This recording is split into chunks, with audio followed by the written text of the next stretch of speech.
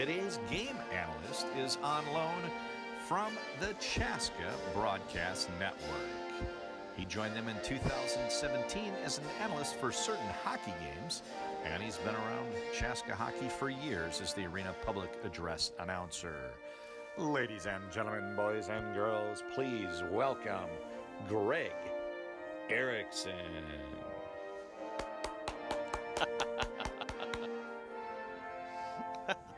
Thank you very much. I'm here with Lee Smith. The puck is about to drop before today's game, and at this point of the season, you've got a few games under your belt. What are your thoughts as you've been working with the team this far and how they're coming together? Well, I really like how we've progressed as the course of the season. Offensively, we've become really dynamic, and hopefully we'll settle in defensively and get better at that. It's an interesting group when you look at the number of college commitments in the state. Eden Prairie's got almost as many as anybody. So in some ways, this team is wearing that bullseye, the burden of high expectations. So what are your hopes for what the team could ultimately be as we get to the postseason in March? Well, we know we got to continue to get better to reach the Minnetonkas, the Chaskas, the teams in our section. We got to worry about that first. We know we got a good late conference schedule coming up. So, we know we're going to play a lot of good teams from now until the end of the season. We just want to get better every time we get on the rink. Lee, I know you've been to the highest level. You've won a couple state championships. Is there anything that's the same about this group and that just the team culture or different, or what's fun about these guys to be around? Well, I think we got a couple things. One, we have some really good veteran leadership, and that always helps. And then we have some sprinkling in of some really talented youth that add some jam to our lineup. Awesome. Well, I wish you guys well in the Hockey for Life Classic and the season ahead. Thanks for your time. Thank you so much, and thanks for doing the tournament. This is John Conley, high atop center ice here at Dakota with an exclamation point. I'm joined by Greg Erickson. That was Lee Smith, coach of the Eden Prairie Eagles, talking about his team. I think we'll get to Dave Snuggerud maybe in the first to second period intermission break. Greg, it says 11:58 on the board. The puck is dropped, and we are off. Yeah, I don't even think everybody's gotten into the parking lot yet. Chomping at the bit to get this one started at the Hockey for Life. We have a great game for you today. Chaska and Eden Prairie are section rivals. They both play, I believe that's Section 6. I get my 2 and 6 confused. It was 2. It was 2, and this is the season ender last year for Eden Prairie as Chaska beat them in the sectional tournament. Eden Prairie's a traditional power. Good scoring chance down low early from Benz. That would have been nice if they could have got on the board. It's still first shift, just 35 seconds into the game. Puck is covered by Rosenlund, and we're going to face it off over to his left. Lavelle had a pretty good chance there on a rebound as well. Exciting stuff. This is an exciting game. I think of all the teams in the state, maybe the high watermark for Division I commits is 5. Both of these teams have 4 for Chaska. We'll talk about them as the game goes on. They've had 4 commitments for a while now. They had 4 to start last season, and those players are now a year older. And Eden Prairie, a few of these have committed more recently. They are up to 4 college commitments, and they have a bona fide Mr. Hockey candidate of their own in senior Jack Jensen. Should be a great one as far as the high-level talent. And one of the things we're about to find out is there a little pace to this game? You start a game at noon after a holiday weekend. Might take a little while for the legs to get going. Well, that's what a giant bunt cake will do for you. Ham, turkey, that's one of the classic arguments around the holiday, the Christmas holiday. So we're less than a minute and a half into this game. A little D-to-D pass doesn't connect. It was 42, not in my line chart. Let me go to the notes here and try to figure out who we have wearing 42 for Eden Prairie. I almost wonder if it's a case of a different jersey. Cameron Langfells. Okay, Cameron is up from the junior varsity. I had Keegan Langfells wearing number 4, knew that he was in the lineup. Play continues behind the end line. Eden Prairie's on the forecheck. Pass doesn't quite connect. It's a breakout opportunity for the Hawks. A little bit too far, just beyond the outstretched stick of Barry. Behind the goal line, it's Erickson. Erickson brings it over in Starkey's direction, but intercepting this one and pinching in is Lillejord. Lillejord, if we're playing left wing on one of the Eagles' lines. We'll talk more about the depth of their team. 3 lines, Greg, each centered by a Division I commitment. That's it's very high talent on both teams, and that's why that section game at the end of last year was a heartbreaker. Somebody had to lose. It's interesting, some coaches can't resist the allure of trying to put 3 players together on a line. We'll see that maybe a little later this tournament from Edina. And Coach Lee Smith has 3 Division I committed forwards, Jensen, John Middlestat. He's the middle Middlestat, if you will, and Carter Batchelder, and they are the 3 centers. Olmscheid brings it across the breadline into the attacking zone, cuts over to his forehand, and he's ridden off the puck. Very nice back check there by the aforementioned John. Out to the neutral zone, left side is Holt. Holt playing that off wing. He's a right shot left winger, and turns the puck over. Now it's Laval coming the other direction. And you'll notice that the Chaska defense is apt to jump into the offensive play, especially the likes of Kester here. Kester's considered a leading candidate for the Reed Larson Award, awarded to Minnesota's top defender, and also an opportunity to be Mr. Hockey. He's been a highly touted player for several years and enjoying a good senior season. This one's pinged all the way down the length of the ice. We get an icing call, waved off. On retreat, this is Langenfels.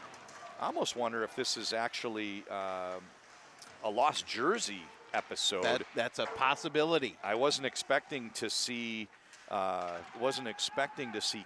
Langfels. Maybe it's his brothers. Yeah, and we're early in the game, and I don't know that you'd get past the 3 sets of D on the line chart, and his brother out there looks to be wearing 42. So apologies for the confusion, but things are happening quickly on the fly here from Dakota and out to the neutral zone. Here comes Thomas. Thomas, spin move, but the pass doesn't connect, and now it's Langenfels looking to head up ice. Stretch pass doesn't quite connect, and goes the length. They say it's been ticked. Usually you get a tick late in the game. Out front.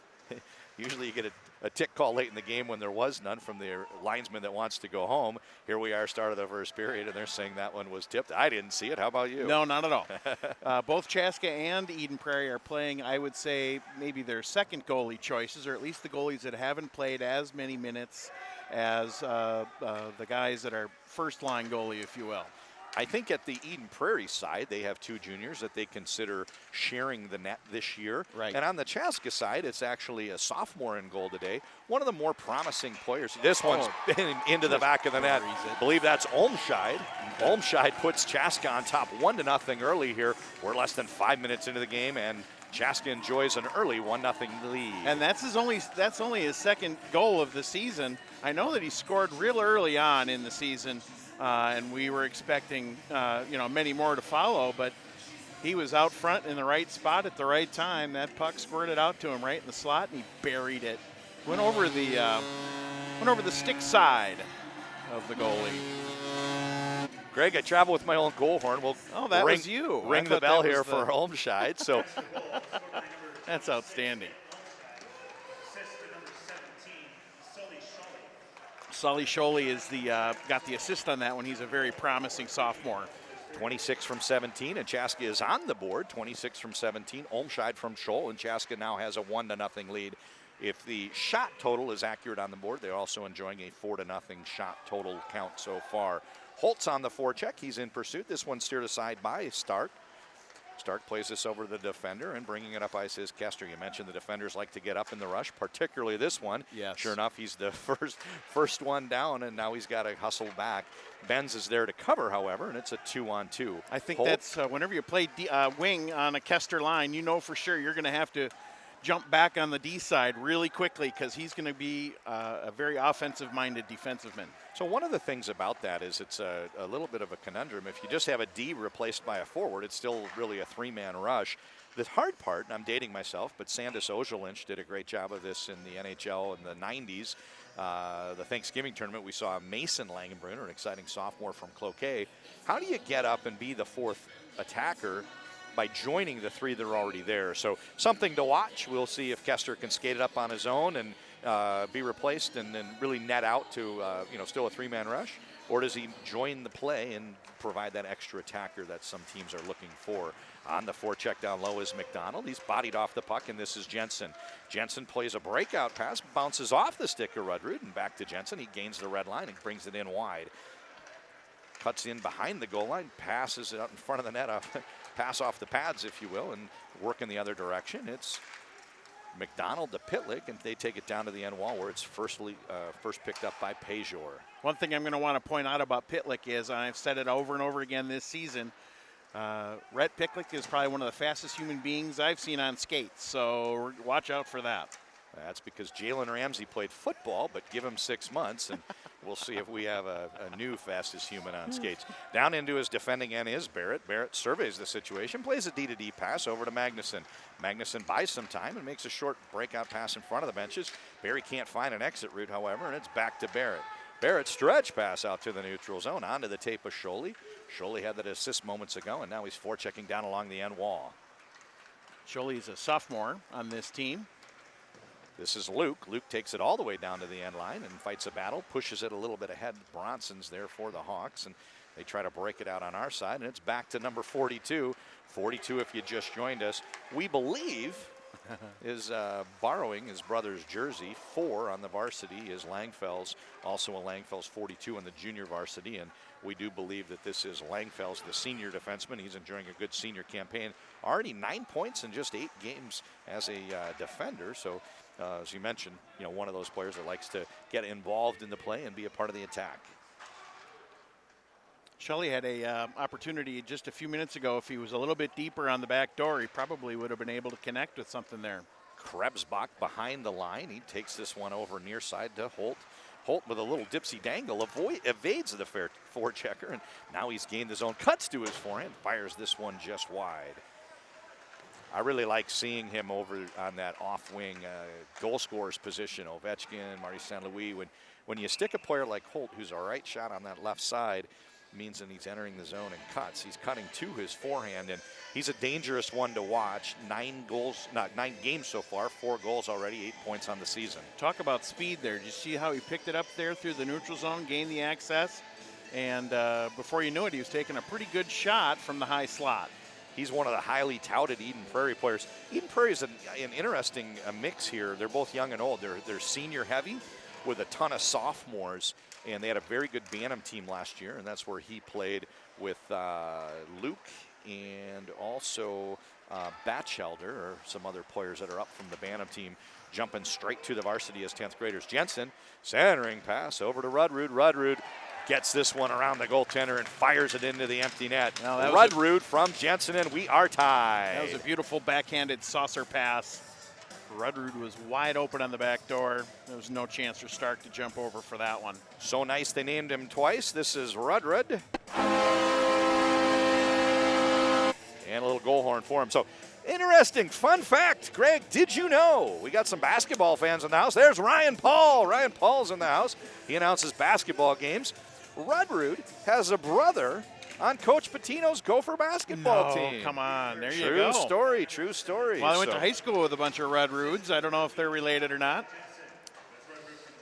Rudrud from Jensen, we're tied. So Jensen's a fun one. I've held off so far in this broadcast talking about him. He's a senior captain for Eden Prairie. I announced probably 5 Eden Prairie games last year. The team was a little bit cursed, snake bit if you will, a lot of 1-goal losses. I also saw them take down number 1 Duluth East, and I can tell you in those 5 games I announced, you never had him more than 2 strides from the puck. The only other player that I can remember describing that way is she's in the IIHF Hall of Fame, Rika Valela, the centerwoman from the Finnish Olympic team. Anyway, Jensen, when he's on the ice, he's never really straying. We'll see later in this tournament, we'll see players like Jungles that get open away from the play and look for passes out in space. Jensen just has this mindset, I'm going to do it, I'm going to go get that puck, and I'm going to make plays. And there's an example right there as he sets up Rudrud, and we're tied halfway through the first period. Shots on goal are starting to even up a little bit. It's been a while since Chaska's had that shot on goal. Argetsinger, his pass doesn't connect. This one's taken all the way down to the end line, but he's the first to arrive out in the slot to Holt. Goes through the hole in the stick, but Holt was right there looking Johnny on the spot and didn't quite connect when he went to fire the shot. Here comes Laval, cuts wide, buys some time, waits for his line mates to join him, but when he made the pass, kind of fanned on it, and now it's broken out in front of the Eden Prairie bench, chipped out to the neutral zone. John Middlestat gets this onto his stick, short pass to Holt. Holt plays this one back to his defensive teammate Pejor. Pejor over to Luke. Luke brings it up in front of the benches, onto the stick of Wilhite, chip and chase. He goes off for the line change and sends his teammate. Well, I can't figure out who he sent in there. Guess he sent Holt. We've got Eden Prairie kind of caught with a confusing line change, but they've got 5 players back on the ice. Stretch pass out to the neutral zone. Scholey doesn't connect, and that was tipped, so play continues. That certainly is a I would say, I guess, a offensive strategy for the Hawks, and that is the stretch pass. You're going to see that quite a bit, trying to sneak behind the defensive pairing and going to try to get an odd man rush. I'm glad you said that. One of the things I was having some flashbacks here. I announced the game last year, eventual state champions Minnetonka at Pagel against Chaska, and Chaska had a JV-age team, if you will. I mean, they were that young. This year they still have a lot of juniors, and last year tons of sophomores, and they lost the game. But one of the things you couldn't deny is there were some pretty impressive plays, set plays being run. One that comes to mind was a face-off win to Kester.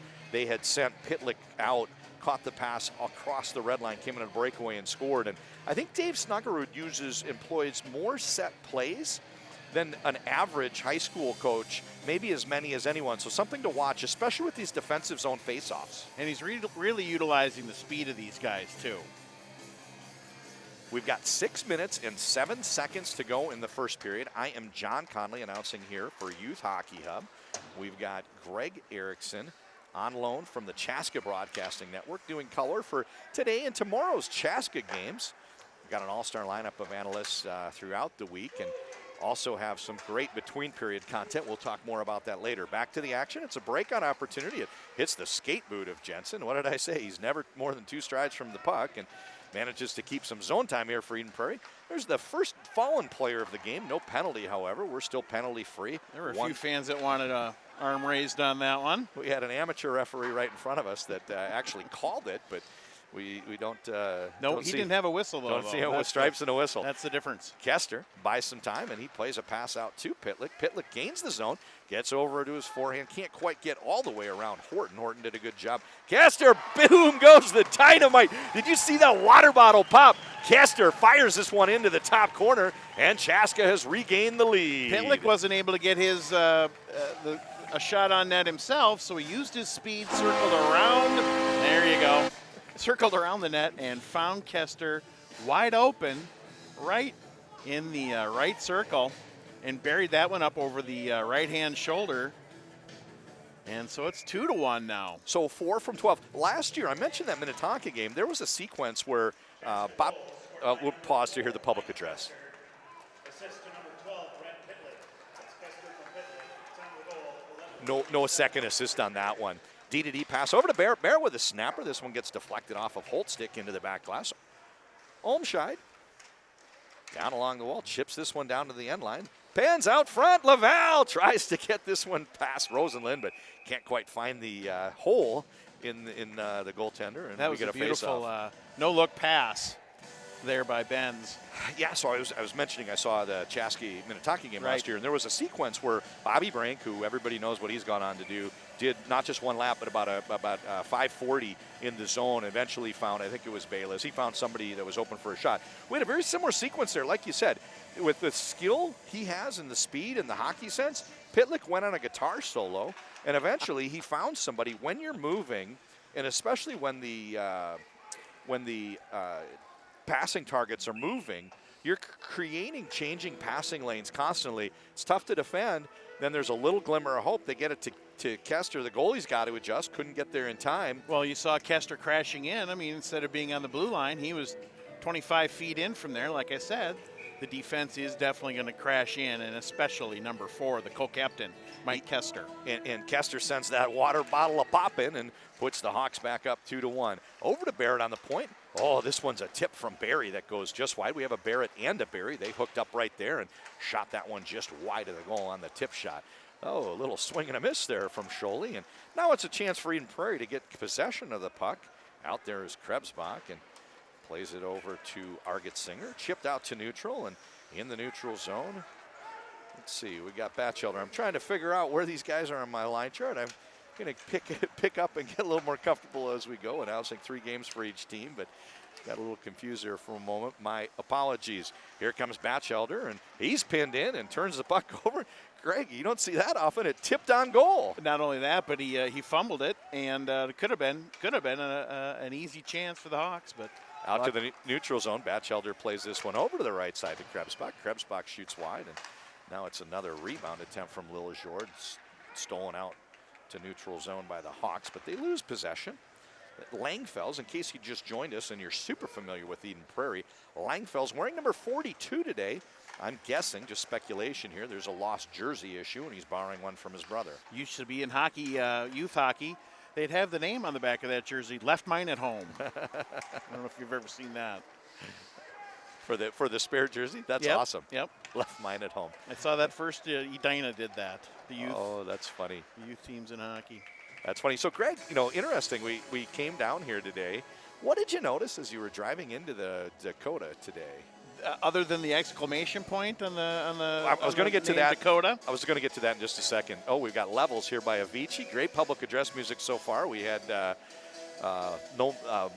Blind Melon before. No, pulling in. You may have come a different route than I did, but $1.99.9 for a gallon of unleaded on the reservation. Yes. So if you need some savings, you could parlay those savings by going across the street into the casino. And I did come the back way, so I didn't You see didn't that. see but it, I do plan on filling up this weekend. This is the place. So McDonald comes in wide and takes a shot, and this one hits the goaltender's pads, bounces out to the side. Good save by Rosenlund. Rosenlund's going to really want to get things settled down. He was sniped by Kester. Couldn't quite adjust. Here's Jensen. His shot. Smith was calling for it there in the slot. Yeah. So, the goaltender really hoping to make some saves and get things settled down. It's really tough as a goaltender if you're not seeing much rubber when those juicy scoring chances come like Kester, because kind of takes away the confidence. So I'm going to be curious to see if Rosenlund can get things settled down. 2 goals on 7 shots thus far for Chaska, and they scored on, one of the first couple minutes of the game. Entering the zone, they pass this one over onto the stick of Wilhite. Wilhite's, passes. You were talking about assists earlier, and so far in the season, Eden Prairie's got 68 assists on 39 goals, whereas Chaska's got 46 assists for 34 goals. You can't do that, right? There's only 2 goals per. There are 2 assists per goal. I don't know. I got to do the gazintas here, but yeah. So I brought my abacus this morning. Yeah, I'm still on the sundial myself, so I'm a little behind. But yeah, so that's a good point. This is a team that likes to move the puck, and they all get involved. And juicy scoring chance there Big for Benz rebound. on the weak side back door, out to the neutral zone. Here comes Holt. Holt gains the blue line. Sets up outside and fires a shot into the defender. Good block there by Barnett. And now down to the end line, it's Wilhite. Wilhite leaves it for Holt. Barrett gets there first, and now on the forecheck is that. Oh, Luke got up in the play. There's Luke Middlestat. He's wandered a little bit from that. Eden Prairie only had typical one guy. blue line post. Eden Prairie only had one guy on the point, and that's going to maybe hurt them as Chaska's got speed, and Lavelle is a very fast hawk. Jensen tried a drop pass between his legs, didn't quite connect, allowed Chaska to bring it out to the neutral zone, but they couldn't keep it in the attacking end long, and now we're back down and they're on their heels in their end. Jensen with a big hit on Barrett, and now they break it out to Pitlick. Pitlick, nice neutral zone pass. He hits a streaking, is that Scholey or 27? What? It was 27, yep. And Magnuson's gotten up from the blue line, just like you mentioned earlier. These guys like to get in the play.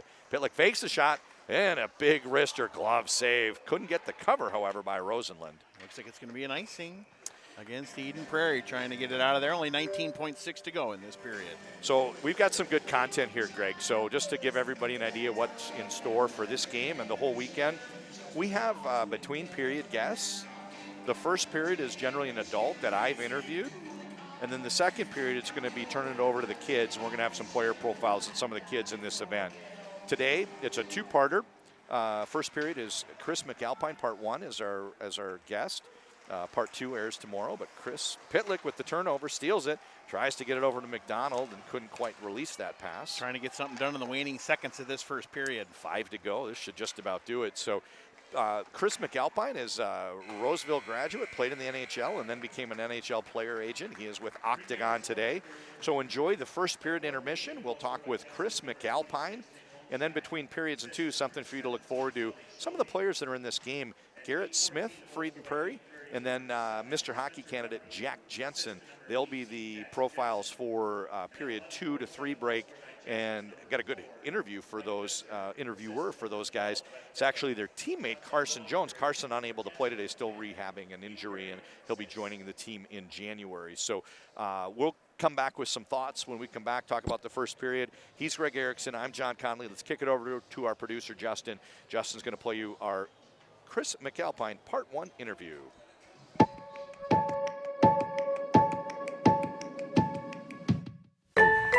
Just in general terms, so what should kids do as they want to move up the hockey ladder, specifically around those post-Bantam years, and what's best for kids to be considering? Well, I think the hard part for these kids and these families and their parents are, with all the U.S. stuff in the summer, and then Bantams. I mean, there's a lot of pressure, a little bit, or we put pressure on ourselves, and especially with colleges, doing the early commits with kids and whatnot. So everyone's kind of feeling like, oh my God, if it doesn't happen now, I'm in trouble. They just don't want me, and because they may have taken Johnny and he may be 14 years old, and you're 15 and thinking, well, what's wrong with me? I think the big message I would say is for all the kids, slow down, take a breath, and you have to keep improving. And improving, I mean, and that's like having fun with what you're doing. Kids are going to grow at different, physically. Kids' abilities are going to change. And I'll go back to my own high school experience, which obviously it's completely different now. When I played as a sophomore, I mean, I got moved around a lot, like as far as physically on the ice and whatever. And then probably half of my junior year, I don't know what happened. All of a sudden, I just felt like I could do what I wanted to do. And certainly my senior year, I wasn't the most skilled player or anything like that, but physically I just felt like, I could do what I wanted to do. So that's where the difference changed for me. And I kind of felt that. And I think these kids all are going to have that, whether you want to call it a light bulb moment or whatever, where they're going to have their moment where, hey, you know what, I can really, produce here, or I can be a big part of this. And maybe as a ninth grader, 10th grader, junior, senior, whatever. But I think all these kids, if you just, your time will come, because a lot of people say life's not always fair, but I think hockey is. And it does it'll even itself out at some point. You put the work in, you'll get something out of it. Now, will that be a Division I scholarship? I don't know. But, I know you won't get one if you're not working hard, or you're not improving, or your attitude stinks. And I think, and I've been fortunate being a part of the high school elite league, seeing these kids come in, and it's the top players, which it is, but the exposure these kids get. And I think a lot of these kids coming from, whether it's a small town school or a big city school, and there's kids in there that some, maybe they're getting, hey, everyone's talking about this guy on my team, and I'm getting overlooked. Everybody's watching, and everyone's evaluating and watching these kids. And I think, with the Elite League, it's given them the best exposure in the country for that age group, because everyone comes in, they're watching, and there's kids that, maybe he's not the best goal scorer, but you know what, he finishes his checks all the time. He just makes right plays. He's in colleges. They end up talking about those kids all the time. Like, hey, what do you know about this player? Because I really like what he does consistently. And that's what, I think in that environment with the Elite League, it allows those kids to show themselves. So, Chris, I think it's just normal that as kids are playing hockey, their parents are going to follow their age group and maybe close to it. They're going to have less familiarity the further you get from it. So you mentioned something interesting. There's early commitment and all the attention's on that kid that's college committed maybe before he's even entered high school, and that's awesome.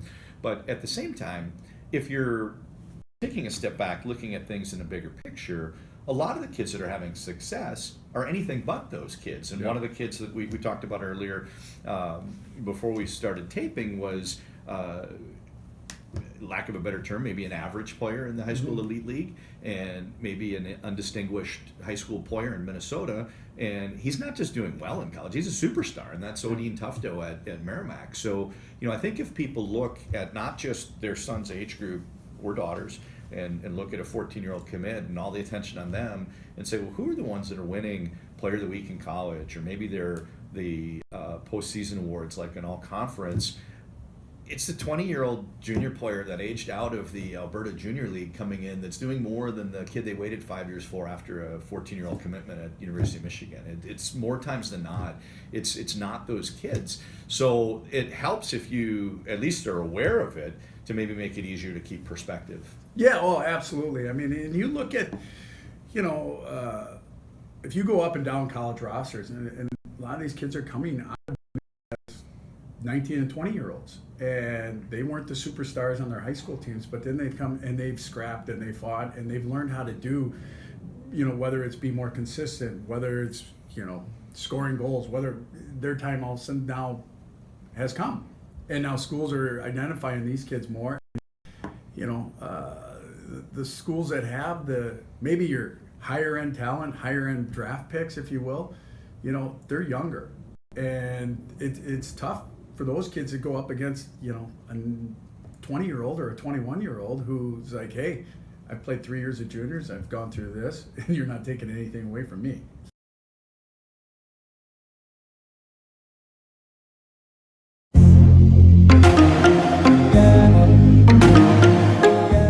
Minnesota's hockey culture is one of, if not the best in America.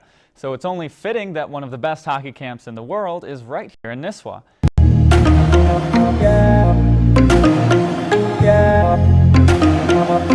This is Dan Germanson. Welcome to Minnesota Hockey Camps. We are gearing up for our 39th summer based in Nisswa, Minnesota in the beautiful Brainerd Lakes area. At MHC, there is a culture that breeds success. We offer resident and day camps for boys and girls of all ages from mites to NHL, 9 weeks throughout the summer. We've had probably 700 NHLers come through here. We have 32 hockey-related activities per week. Over the years, we have had close to 400 professional players come through our camp, including Division I, Stanley Cup, and Olympic champions. Surprised that this camp is still here. To be honest with you, we thought it would be about a 20-year run, and it actually got better. Visit our website at mnhockeycamps.com. Registration opens January 1st for 2019. Yeah, and I attended the University of Minnesota. You played hockey there, obviously, as a captain, and you look at Minnesota, Michigan, Boston College. They seem to have their pick of the litter when it comes to getting recruitments, maybe at a younger age, and then when they go to play games against Fair State, Omaha, Mankato, and I think all those teams have been in the Frozen Four recently. Yeah, and they don't have an advantage. So there's obviously more to the equation, and having the ability to get players that maybe are a little different profile. So how closing thought maybe on this subject is, how do you then suggest parents maybe not lose sight, you can't see the trees through the forest. Yeah. They're so focused on, I think this is a short window, we need to do something quickly or it's not going to happen. How do you get people to say, you know what, it's a marathon, not a sprint, it's a long journey, enjoy it along the way, and don't worry so much about how much attention or what accolades you're getting at age 14 or 15. Yeah, and it is hard. It's hard because of how things are today, but you'll be better up. I talk to a lot of parents later on, like say 5 years down the road, whether their kids in college or done playing hockey, whatever it is, and they said, all of them to a T say, I can't believe I was so stressed out about this. Yeah. And it's true, and it's hard, but I think the kids have to, they have to just keep enjoying it. And most kids will have more success playing somewhere they want to be, instead of someone like me or someone else saying, hey, you need to go here and play and all that. Well, it's easy for me to do. I don't have to. You don't have to go there. Yeah, so, and I think we need more leaders too with these players, and I think too many kids leave at a young age, whether it's because of or whatever, or they think they should, and they never learn how to be a leader on that team, as they grow up. And you shared an interesting number with me. You said when you played in the NHL, there were 7% of NHL players that had come out of NCAA colleges. So you might have been an oddball in the locker room, maybe the only one on the team in some cases. That number's changed quite a bit. So where is it today, and why do you think that is? I think now I think it's somewhere around 33%, which is a huge margin. But I just think the college has really done a really good job of when kids are coming out of college now, whether it's after 1 year, 2 years, 3 years, or even 4 years, they're coming in and they're impact players. Where they're, I remember a few years ago watching the St. Louis Blues. This was maybe 5-6 years ago. And I was watching their power play when they had Oshie, Backus, I think Schwartz, and I can't remember on the back end. I went, those old 5 guys are all college players. We're college players. That's pretty amazing. And that was their starting power play unit. So if I could just paraphrase, maybe if the NHL is less concerned at where a kid was at age 18, as long as they're continuing to progress, maybe as a parent, it's easier for me looking at a child who's 14, 15, 16, maybe being less concerned about exactly where they fit in being more concerned about, are they on the right track? It's probably more important than, if I could just paraphrase. Yeah, for sure. So any final thoughts? Well, no, just, like I said, with parents, with all of us, we got to just take a breath and just enjoy it. Yeah. So good advice. Chris McAlpine, John Collins.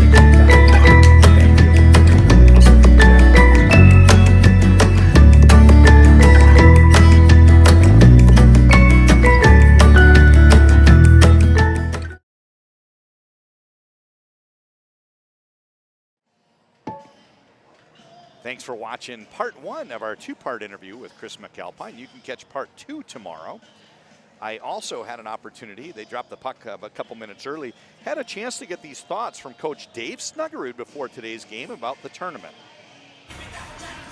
This is a Hockey for Life. I'm here with Coach Dave Snuggerud. Dave, the Chaska Hawks, they wear the burden of a lot of high expectations with a lot of attention coming into this season. And as we look out toward 2019, there's been some signs of hope, and there's also been some games that maybe you wish things went a little differently. So tell me about the group and what you're thinking about for this tournament and then the coming season ahead.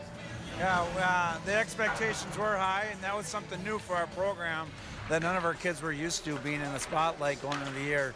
And it's been really fun to be able to coach this group because of those expectations. And as we find out, nothing comes easy in life. So that's what we enjoy. It's a goal that we've set to be successful with some wins. We're still heading in that right direction with the great attitudes of the kids and the support of the coaching staff. It's been a really great experience. It's interesting when the schedule came out for Hockey for Life. One of the games that jumped off the page at me was when Chaska opened up against Eden Prairie. That was the season ender last year for Eden Prairie in the sectional tournament. Then another one that jumped out was Chaska playing against Edina. It's the best Chaska team with the highest expectations in school history against a traditional power like Edina. So it's got to be fun to be a part of the growth of Chaska. You've been there for some years, and this is kind of the level that you maybe have always anticipated getting the program to reach. Yeah, what a wonderful tournament for our kids to be a part of. There's so many great teams, and once again, it's new to us, being able to play 3 consecutive nights against 3 consecutive great teams. So it's really good for us. We're excited about this tournament. We're excited about the first matchup rather than looking ahead to Edina. Eden Prairie does have a bitter taste in their mouth, and that's why we love sport, because as coaches, we get another chance at the kick at the can there. And so they're going to be ready to play against us really hard. So we're excited for our group being able to get a good start here at noon today with great competitions, Eden Prairie, and then we'll look down the road to Edina. Great. Best of luck to the Hawks through the rest of the season. All right, great job. That's Coach Dave Snuggerud. So we're finally ready to get back to the action. So, Greg, good first period. Chaska leads 2-1. Great first period, 10 shots on goal for the Hawks, and that's a number that they'd like to hit right about there. They like to get about 30 a game. So I have a feeling on the other side, Eden Prairie is looking, saying we've got to watch for those juicy scoring chances. Can't give those up. We can't leave goaltender Rosenlund out to dry. I had a feeling, they just didn't like that D-zone coverage where the defender Kester, perched out. Well, he top of the circle. Yep, he snuck down from the blue line. I think he caught everybody unawares. There were 3 defensemen near him, but he was still all by himself at the same time. And by the same token, Eden Prairie also knows they've got some high-powered players. This is Jensen getting it up to Rudrud. Rudrud pulls it back, takes a snapper, steered aside by Stark into the corner, and this one pops out to the neutral zone. Pitlick can't get it on his stick, however, and dumping it in is Smith. Smith puts this one down to the end wall. On the wrap, it's picked up by Jensen, bodied off by Magnuson, down to Smith. Smith's centering pass doesn't connect and hits Pitlick. Pitlick from the skate boot to the stick play, and he gains the zone but pays the price. Big hit delivered there by Scholes. I was trying to pay it back a little bit, and they're scrumming down in the corner. Penalty free so far, if I recall correctly, and it's easy. I can remember things on this is the first game we're going to do, but out of 12, 4 today in 3 days. I have a feeling by the end of the day I'll forget what happened in the game, get everything confused. But Chaska, if you just joined us, they wear yellow. They've got purple trim and going the other direction. Eden Prairie white, red shoulders, black pants. They trail 2-1, maybe a paper favorite, if you will. A lot of people think that Eden Prairie's got off to an okay start this year. Chaska entered the season with high expectations, but disappointing thus far. What's the record so far, 4-5? Well, and I believe, 4-5 for Chaska. Of course, Eden Prairie a little bit better than that. It's 6-2-1. Both teams have played a pretty good schedule so far, but Chaska for the second year in a row lost to Sartell, and that's the type of game that if Chaska really is going to arrive as a state tournament contender, you wouldn't expect them to lose a game like that. Back to the action, out to the neutral zone. Nice little overlap pass here to Thomas. Thomas snaking through, trying to get in the middle. Can't quite find a way to get a shot off, however, and eventually it's chipped out to the blue line. Kester can't hold it in. Out to the neutral zone, he plays his partner. This is Barrett. Barrett, short pass onto the stick. Entering the zone is Olmscheid. Olmscheid gets around the defender, and wow, he kind of caught Scholes flat-footed. Scholes looked like he was just stationary there, and he went by him. Olmscheid almost got a chance to get to net. I would think he was surprised he still had the puck. It's been a long shift for Scholes if he hasn't gone off since the last time I called his name. I don't think they've cycled through 3 sets of Ds. So second period, you defend the goal a little bit further than the long one from your bench. And Scholes has had trouble getting off very long line change, line shift. And yeah, I think he's just tired. So a little bit of a pull down there, takedown maneuver from Holt. Penalty is not called. Play continues. And on the forecheck, it's Eden Prairie. Chipping it down low is Wilhite down to the end line. And this one's lofted out over the glass. We get a stoppage of play. Great interview with Dave here earlier. Thank you very much for that. I also spoke to Dave Snuggerud, and he talked to me a little bit about the expectations and the success so far this year. And I think one of the things he wanted to stress with his kids, and some of the things that the kids have said as well, is that it's not how you start in this league, it's really how you finish. And I think they're gearing up for that. And this weekend is definitely a measuring stick for them. Well, the biggest game of the year is the first one when you're playing the first one. And this is into the back of the net by Jensen. We're tied. Jensen finds a loose puck in the slot, and then he finds a little Vaseline to slide it in. Stark had good position, but it's squeezed right past him, and we're tied. Right under his pads. Yeah, it's interesting. The biggest game of the year when you're starting, at the first game, we only played one. That was the biggest game so far. And then, now it's Christmas time. These are the biggest games of the year. But in truth, the biggest game is always really going to be, the one that's coming up. And at the end of the year, nothing's more important than how you close. So last year, these two teams met in the section playoffs. This year, they may do the same. Well, and not only that, but, Chaska didn't just circle today's game, frankly. Chaska's been circling the last 10 days, I think. Last Saturday they had Minnetonka in their house, and it's been a long time since Chaska's faced the likes of Minnetonka and Eden Prairie in a week span. So a little delayed here, but this is for you, Jack Jensen. Very nice. Goes in the books as Jensen from Rudrud. Last one was Rudrud from Jensen. Second assist on this one is credited to senior Sam Pejor. Pitlick enters the zone. He's got Thomas as an option. Tries to slide it 5-hole. Big save there by Rosenlund. He gets the cover, and we get a stoppage of play. Face-offs to the right of Rosenlund. Rosenlund has been pretty solid here so far. Yeah, that early goal, and then followed up by, as we talked, kind of drifting into that high slot area. Kester was really unchecked. But since that water bottle went up popping, he's made about 5 or 6 good saves, really got things under control, and that's good for Eden Prairie if they're going to find a way to win this one. It's 2-2. We've got 12 minutes, 30 seconds remaining in the second period. Out to the neutral zone in front of the benches. Bodies are flying, and the puck just sits there. Eventually, Luke comes up, gains the zone, and has possession. Dipsy Dangle, backhand, tries one last pass, and oh, what a beautiful feed. You could see he was trying to find Kresbach on the back door. Well, I'm not sure if that was a save by Stark or if he just hit the outside of the net with that one, but Stark was there. So it's interesting. We talked about the players at the beginning of the game being college committed in this game. Both Luke and John, half of the biblical, the biblical brothers, Luke and John, both committed to Minnesota. And those are interesting commitments for Minnesota. Those are both Motzko commitments. When you go through the recruiting pipeline and during a coaching change, you can kind of draw a line and say that was the old regime, this is the new regime. So Middlestat, John and Luke, both committed to University of Minnesota. The first Motzko commitment was Nevers in the spring, and I think these are fall commitments just before the season started. So those are 2 of the 4 players that Eden Prairie has college committed. Another one is Jack Jensen. He's a Minnesota commit as well. He is a Lucia regime commit. And remarkably, he somehow went undrafted last year. He was draft eligible. I couldn't believe he went undrafted. That's right.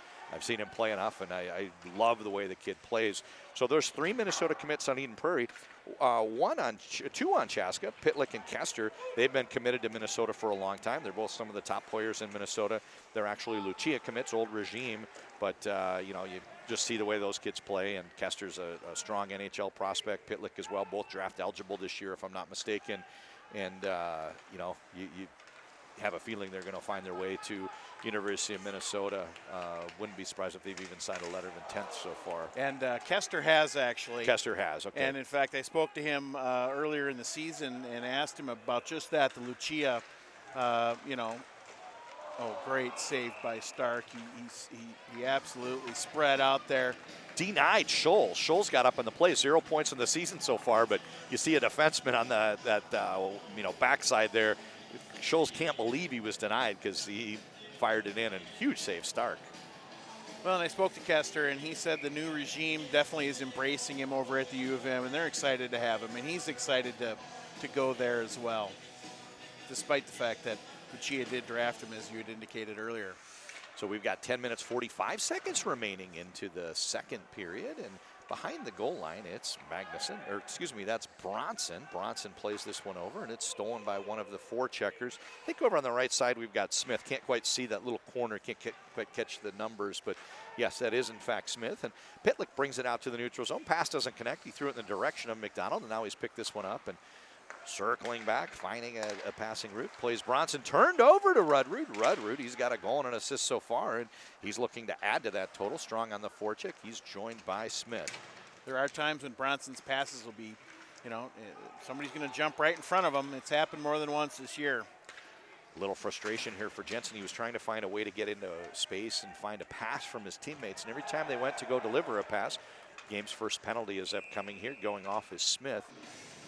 Every time Jensen was in a spot where he could catch a pass, they couldn't quite get enough possession, hounded by those Hawks defenders. And, that was enough to prevent them from getting a puck to the very dangerous Jack Jensen. First penalty, I'm curious to see what the call's going to be. It was might be boarding, I think. Boarding. It was a downed player, so the head was delivered around the head. The check was delivered around the head level. 4-minute penalty, it looks like. So Argetsinger goes off as well as Smith. I think Smith is 4 and 4. Well, it's good. No, so it's going to be confusing. There's some offsetting penalties, I believe. That's probably Argetsinger and the Chaska player. I think the initial one that led to all this was the check at head level from Smith. So I think we're going to have some offsetting minors that cancel out. So we're going to play 5-on-4. 2 minutes goes up on the board for Smith. I'm going to listen to the public address to find out what the signals, what the penalties were. I didn't see the signal, but nonetheless, a Chaska power play. And Chaska's power play is dynamite. When they put this together. Yeah, there you go. Shot comes from the point. It's Kester with a wrister. Goaltender made the initial save, but it climbed over him like an elevator rising. Got up over the shoulder, rolls into the back of the net. Just 9 seconds into the Chaska power play, they've regained the lead 3-2 on a goal by Kester. That goal happened before the PA announcer was even able to announce what it was the penalty was for. You're a public address announcer, and you know how it goes. Things stacking up a little bit. We've got the penalties. We got 3 of them to announce, and now you tell me I got to make a goal with some assists. He's also playing music. That leaves a little bit that I need to chip in. Here's my contribution. I can relate to the, there you go. Perfect. Yeah, I got 6 goal horn options. We'll go through all of them. That's about 5 goals. I think we're just about done. I can relate to the harried nature of this. high school hockey. Yeah, ideally you've got one person to run the clock. You've got one person to write stuff down on the game sheet. You've got one person to play music, and you've got one person to call off the public address. Cross-check.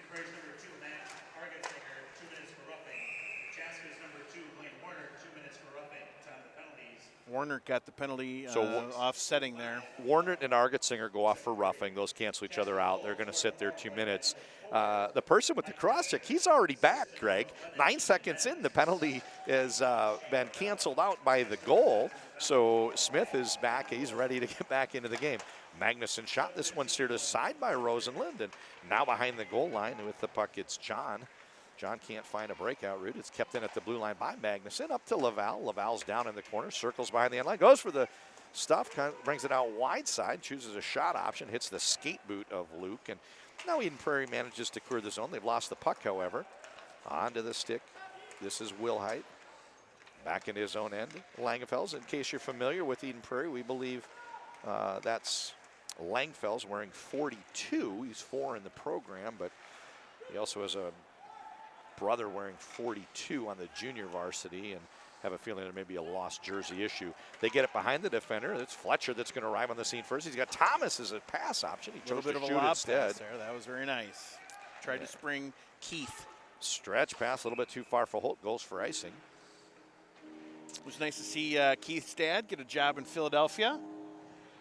So I'm lost. I'm got some different thoughts going here. I was going to go through the college commitment. So job in Philadelphia. Let's talk about that. Keith Fletcher's dad is the Wild GM that was let go about a year ago here now, and just signed on as the general manager for the Philadelphia Flyers. Oh, good, good. So the full-blown GM, you know, You he's bet. the one making all the decisions. Yep, I think he was. I think he fired a coach within the first week of his tenure there, I'm afraid, or 10 days or so. Was that Hackstall? Yes, it was. And who'd they hire? I don't know. They had an interim named, I think. Okay, so until they maybe- can find somebody.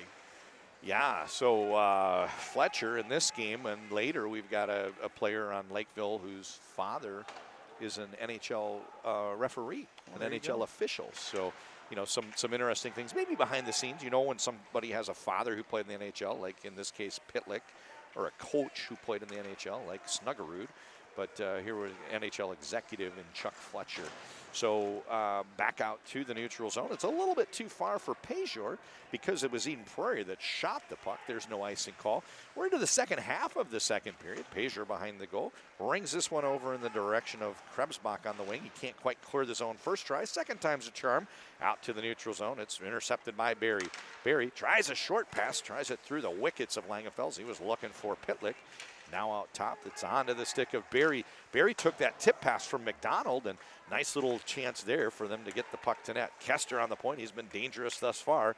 They lead 3-2. He's got 2 of the goals. So this time, what's going to happen here, Kester's going to have it low, but he's going to try to get it out to the middle point man if he would have had the opportunity to do that. That's a set play for the Hawks. He's going to crash down low with the puck. People are going to draw down low. They think he's going to be going around the net, but instead he gives the puck up to a crashing defenseman who's coming off the blue line in the middle at the top of the slot.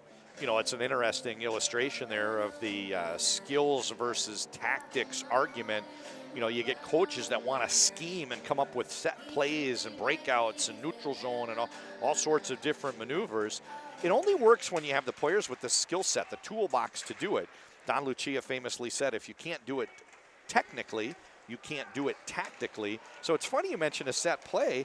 It's the type of set play that Snuggerud institutes, and it's off the stick of his best player, his best defender, right? I think he's using him as a decoy a little bit. We'll see times when Kester's double-teamed on every shift. Oftentimes that's going to happen. Benz, point-blank opportunity. He had Olmscheid wide open in that slot area, but he also had a juicy scoring chance himself. He chose the shot option. Good play there by Rosenlund. Very nice positioning cut down by the the goalie. angle. Yeah, he cuts down the angle. It's funny, you know, you do public address for the high school games. I've done a lot of youth, and sometimes they ask you to keep track of the shots. And, you know, I err on the side of giving the goalies credit for a lot of saves. And someone says, that wasn't a shot. And, technically it can't even be the post. It has to hit the net. Right. I said, you know what? I said, what would the perfect goalie do? What if the perfect goalie was always in position and always eclipsed the net and took away those shooting lanes, and they're playing against good forwards? Those guys would miss wide all day long. I said, and you get a youth game, and I one of the best performances I saw all last year, by the way, happens to be Stark in goal for Chaska today. In a Bantam game, I saw him make 50 saves. But back to my point is, the goalie could do the perfect thing every situation and be in the perfect shot, and you're going to get shots going wide like we just saw there from Ben. So really good credit there to Rosenlund. He closed off all the net. He was exposed, had the pass connected with Olmscheid. Olmscheid's got an empty net to shoot in, but game happens quick, and Benz chose the shot option. He probably saw some daylight, and that quickly was sealed up by Rosenlund. It's really more about scoring chances in my mind than it is shots on goal per se. I mean, a shot could come from 90 feet down the ice, and if it's on the goal mouth, it's counted as a shot on goal. Fletcher chips this one up ahead to Pitlick. Pitlick, he takes a shot and follows it up for his own rebound. Big save by Rosenlund, and out to the neutral zone. Coming the other direction, here's Holt. Holt trying to get off well by Kester there. Yeah, he kept trying to get that pass through to John, and he couldn't quite get it through because of the nice defensive play by Kester. Warner down in the corner. He's got a big advantage, and he's got to be careful about throwing hits. You can see how careful he is. He's got his knees bent heavily, making sure if he does check someone, it's going to come in below the head level. Out to the neutral zone. Pitlick gains the attacking, gets it through the defender's triangle, and out wide around Argetsinger. Eden Prairie manages to get possession and bring it out to neutral. On the attack, it's John. John with a guitar solo dumps this one down behind the goal line, and Kester arrives on the scene. First stretch pass connects kind of, but Thomas couldn't reel it in, and now it's a chance for Eden Prairie to break this one. A little bit of back and forth all of a sudden, Greg. Yeah, and this is a great line for Chaska. Well, I guess they just went off, but when you're, I want to talk a little bit more about Warner. I hope we get that chance to later on in this game. Well, let's talk about some Omaha of the commit. Yeah, let's talk about some of the college commitments. So we have 5 players in the game. In case you just joined us, both of these teams have 4 NCAA Division I college commitments. I think the high in the state might be Dinah and Minnetonka with 5 each. So these have as many Division I kids as just about anybody. And 5 of those, 3 for Eden Prairie, 2 for Chaska, are committed to the University of Minnesota. That leaves 3 other players. So you just mentioned Warner. Yeah, Warner, big, strong, fast. I think all the tools that those D1 schools are looking for. No doubt about it. Nice shot here from Schultz. Schultz has been a fun one to watch today. You pick up a line chart. He's kind of a third set of D. They've got bigger names like Pejor, Mittelstadt, and Langfels. He's got 0 points on the season, but we see him for the second time today getting very up involved in the play. He had that one shot where Stark denied him, or he'd have had his first goal of the year. And then you see him there making a nice play from the blue line. So Scholes, a senior, pointless on the season, but he's been very impressive in my book so far. So we mentioned Warner. That's 6 of the Division I commits. Shane Laval for Chaska. He's committed to Wayzata. That makes 7. And then going the other direction, the most recent commitment out of this game, he verbaled to Colorado College within the last month. That's Carter Batchelder. Carter Batchelder from Eden Prairie off of last year's Bantam team. He's center. He's got 3 points so far this year. And one of the things that's interesting, I announced enough Eden Prairie games last year to tell you they had a promising young sophomore in John Mittelstadt, but he really didn't fill up the score sheet. This year, he's tied for the team lead. Yeah. He's got 18 points through 9 games.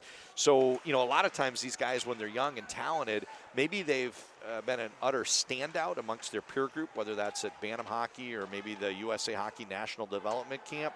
You put them up on a high school, maybe there's a limit to what you could do as 9th or 10th grader against lake competition, which Eden Prairie is playing. Mittelstadt didn't have a huge year last year.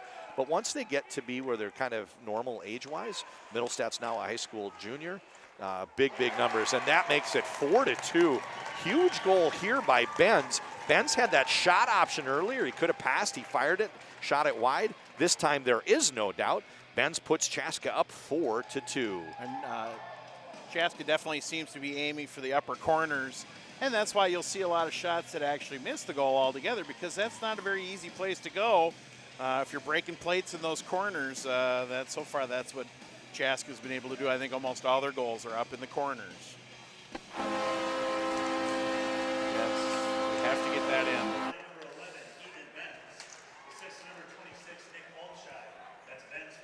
Benz from Olmscheid is how that one goes into the books. Number 11, Benz, now has 3 goals, 3 assists on the season. He entered this game with 5 points.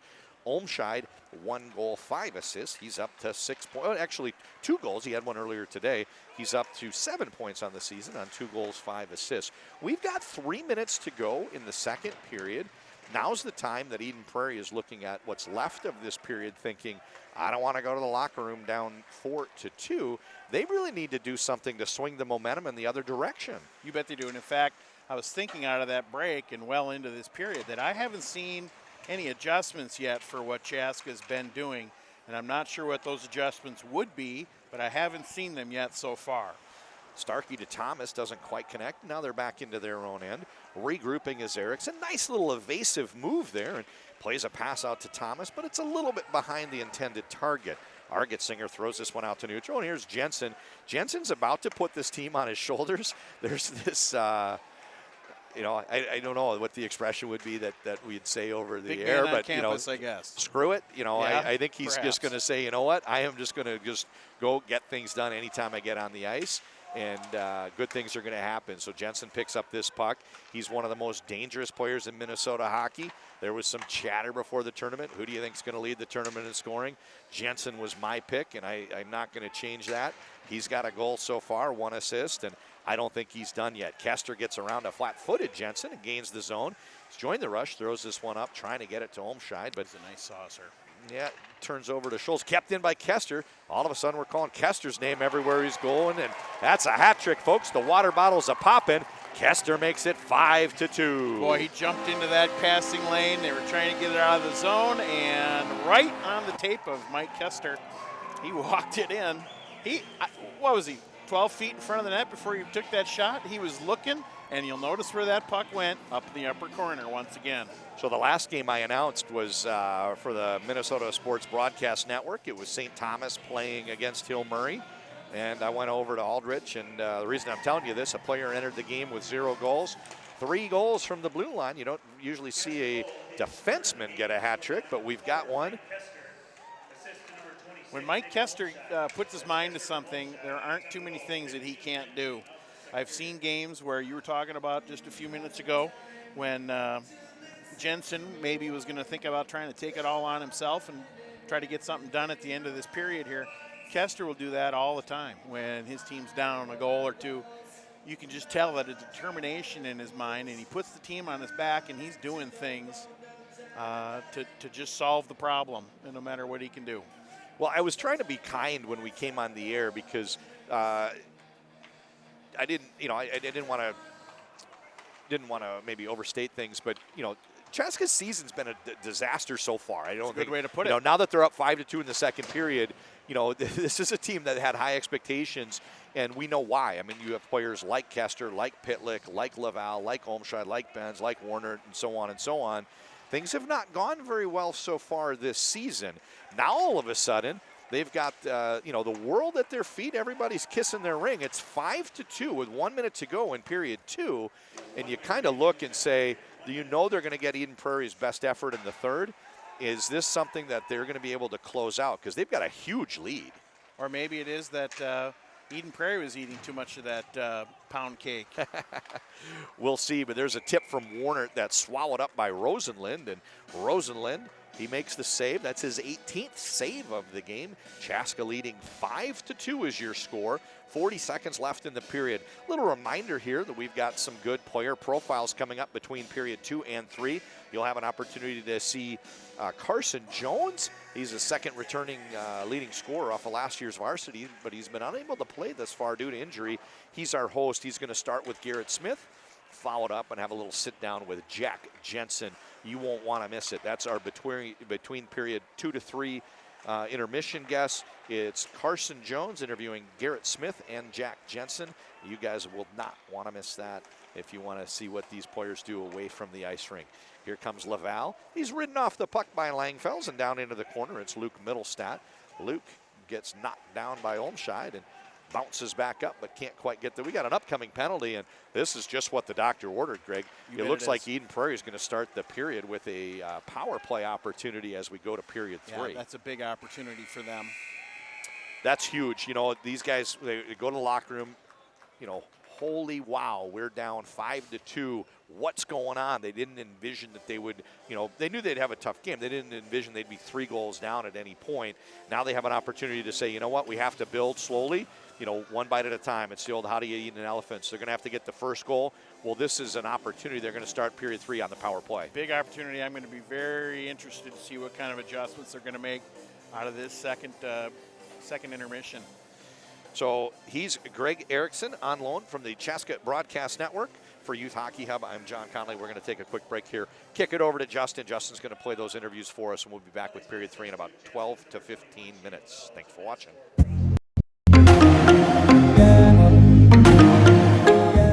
Minnesota's hockey culture is one of, if not the best in America. So it's only fitting that one of the best hockey camps in the world is right here in Nisswa.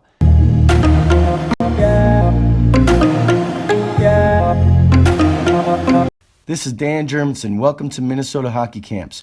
We are gearing up for our 39th summer based in Nisswa, Minnesota in the beautiful Brainerd Lakes area.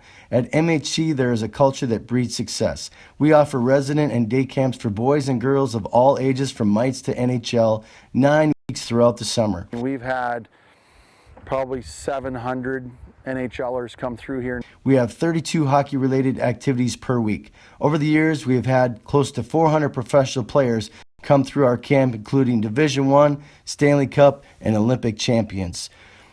I'm a little surprised that this camp is still here.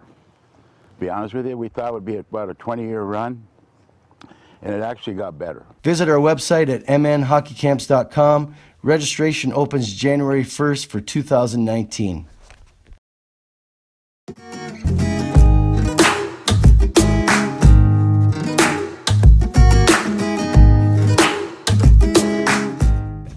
Hi, I'm Carson Jones of Eden Prairie Varsity number 37, and I'm here with my guest, Jack Jensen. Let him introduce himself. I'm Jack, number 18. You probably see number 18 on the ice. What's up, Carson? How you have yet to see 37 on the ice, so yeah. 18 too. Okay. Well, we'll start out with a game of two lies and a truth. Let's hear them. All right. I have 3 goldfish. I'm a good singer, and I have a pet sheep. Okay. Those are some tough ones. Interesting. We'll get back to those in a little bit. So, Jack, what's your favorite place you've ever been on vacation? Ooh, Puerto Vallarta in Mexico. A lot of cuties there. Love to see the dad shirtless in the pool. It's a good sight to see. It's just a beautiful, beautiful area, and all the people are nice. They love you, just dish them all day, and they love you. So you're a guy that seems like he could work on his tan a little bit, so maybe a little more. Yeah, for sure. Okay, moving on. What kind of music are you into, gents? All right, well, like my stepbro Garrett Smith said, Kesha, she's a good at singing. For games like that death metal, when they're just screaming into the mic, it just gets me going. Like, I don't know what they're saying, but your head just loves it. You're just ready. So you're a headbanger? I am. Could we see some? Yeah, dude. All right, that's great. That was awful, but it's okay. So who's your celebrity crush? All right. Well, I do have, I like Kate Upton. I have a bikini poster in my room of her. If you've been in my room, you've probably seen it. I also like Kendall Jenner. She's beautiful. Any specific things about those two women? Well, Kate Upton looks really good on Sports Illustrated. And then Kendall Jenner as well. I see her in the magazines, and fun fact, people call me Jenner, so maybe we can just connect keep the family name. Yeah. So. All right. Well, on the topic of girls, but on a more smaller level, what's the best thing about Eden Prairie girls here? Oh, they're loud. They are cute. I'm not gonna lie. You see them on the glass. Do a couple stretches in front of them. It's kind of nice, but they're loud. They get going. They love hockey here, so they're beauties. All right. Well, thank you. We're gonna take a break. We'll catch you in a little bit. Thanks, guys. The Minnesota Blizzard offer fall midget teams playing at the highest level for 15s, 16U, and 18U. For more information, please visit our website. All right. Welcome back to the Eden Prairie Community Center. I'm still here with my teammate Jack Jensen. Earlier in the interview, he told me that he had 3 goldfish, is a good singer, and has a pet sheep. He seems like a guy that could really belt it out and with the pipe, so I'm gonna guess that he's a good singer. Lindsay, I'm sorry to break it down to you, but the truth is I have 3 goldfish, and at night when I go to bed, like, I got like a blue light in there. It's like I can switch the color on the tank and stuff.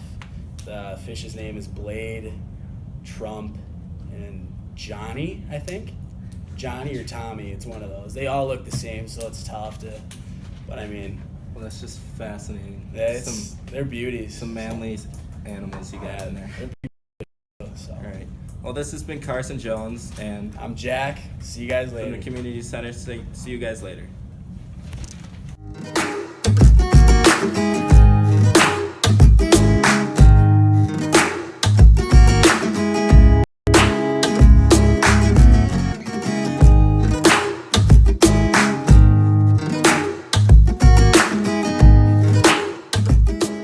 Hi, this is Carson Jones of Eden Prairie Varsity. We're here at the Eden Prairie Community Center with my guest, Garrett Smith. Why don't you introduce yourself? Yeah, I'm Garrett Smith, Eagles Varsity number 10. Garrett, why don't we start off with a little game of two lies and one truth? Okay, one time I was on the ice and I broke my leg celebrating after a goal. Another one is I have a pet dog imported from Bosnia, and then I fell in a hole ice fishing in Canada. Those are some tough ones. We'll get to those later after a break. Okay.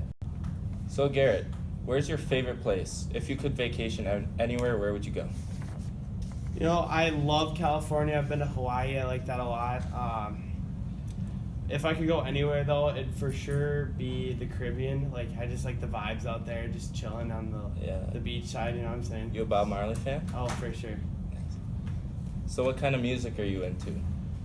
Anything I can sit and sing along to in the car, a little Kesha or a little Pregame Grande or Taylor Swift, just ripping the vocal cords before the game. Well, I'm going to have to ask for a taste of that now. So let's hear it. No, I lost my voice today. Choir, I'm a little sick. I can't rip that out tonight. Sorry, boys. All right, moving on. Who's your celebrity crush and why? Huge guy. She's fantasy girl. Has always been that way. Just love the voice and makes her so much more attractive. What would be your pickup line to get her? I just told her to come over and sit and sing to me. Like, just totally make my world. I don't know. Okay. Moving on, but on the topic of girls, what's the best thing about Eden Prairie girls? Eden Prairie girls are really athletic. I mean, there's some cuties. Don't get me wrong, but we got a really good lacrosse team. Our hockey team's up there, and there's some sweethearts up there. So love the EP girls. All right. Well, thanks, Garrett. We'll be taking a break right now, but we'll catch you in a little bit. The Minnesota Blizzard offer fall midget teams playing at the highest level for 15s, 16U, and 18U. For more information, please visit our website. All right, welcome back. We're still here at the Eden Prairie Community Center with our guest, Garrett Smith.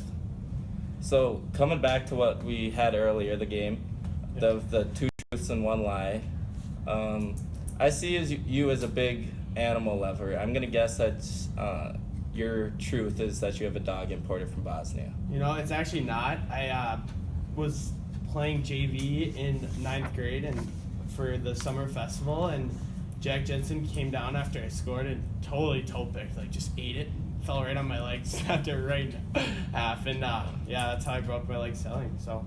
Jeez, it's a rough break. Yeah, it was tough. I mean, you'll get them later, but. Yeah. Well, that's a wrap. Thank you for watching.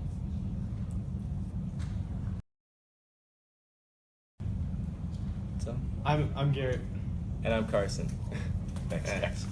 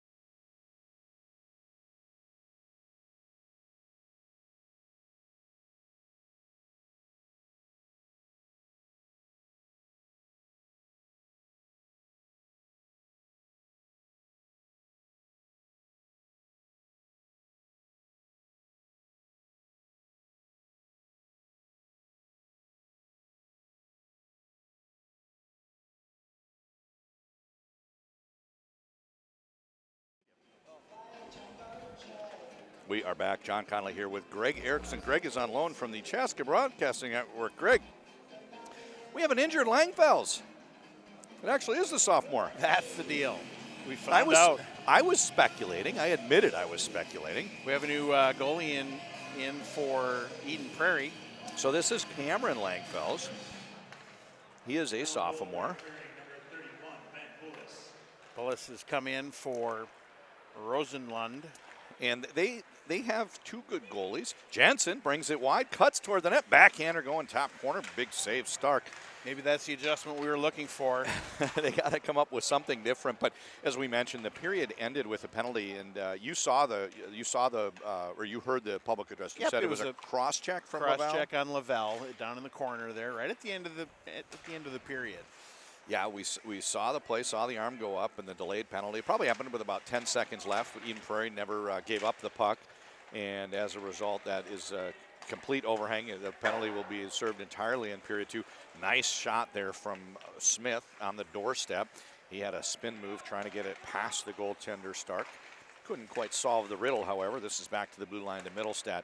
Had a chance on the break. I took a little bit of a walkabout and just, conversing with what happens to be an NHL scout, and he said some nice things about the players in Minnesota, the players in general, but actually singled out. He said the sophomore Middlestat, so it's not a surprise, when we watch a game like this and a couple guys jump out at you.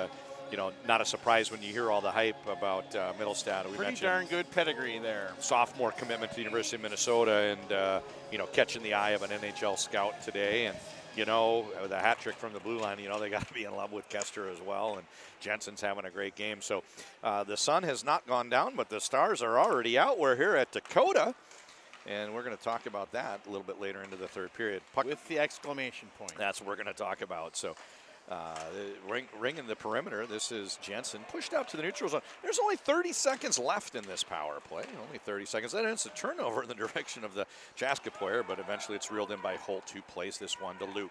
Luke enters the zone, tipped away as Warner chips it out to neutral. This one's going to go the length of the ice. Played by our new goaltender. Bullis is in. Bullis has come in relief. Right side. This is Wilhite. In front of the benches, chips this one ahead. Holt dipsy angle, tries to pull this one inside, but runs into some traffic, and that does it for the power play. Chaska has returned to full strength.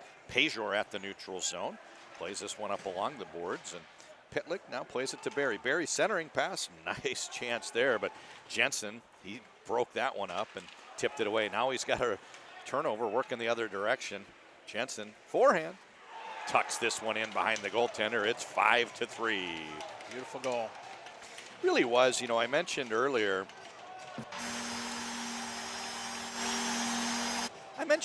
that Jensen's a kid just knowing what he's all about.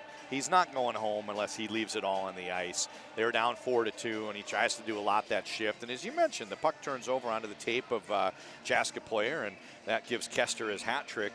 Now the penalty's expired. Certainly wasn't the plan. EP wanted to get that power play goal, but once that penalty expired, still Jensen puts a team on his back and cuts into that margin. And a lot of the same guys that were on special teams were out there. Jensen unassisted, Jensen all alone, and it is 5-3. 14:20 remaining. This is John Middlestat. He pays the price. Big hit there into the slot area as he cut toward the center of the ice. They play this one right back to John. He gets a shot off. Nice centering pass there by Smith, and a quick fire there from Middlestat. Middlestat's been very prolific scoring this year. 18 points in the first 9 games. Been a little quiet today, however. He's yet to get a point.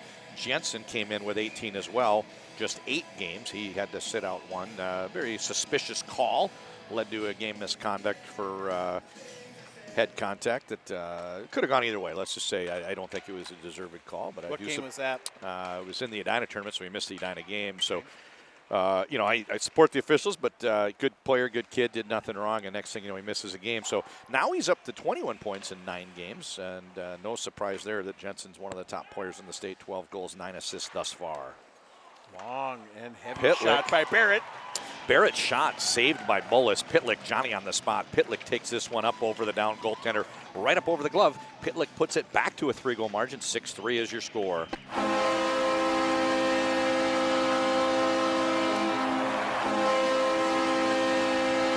The extra horn on that one. Yeah, so what was that? Pitlick with an assist to Barrett. We'll see if there's a secondary assist. So now it's been a lot of tides turning here in the third. Eden Prairie starts out with the power play. They were unable to capitalize.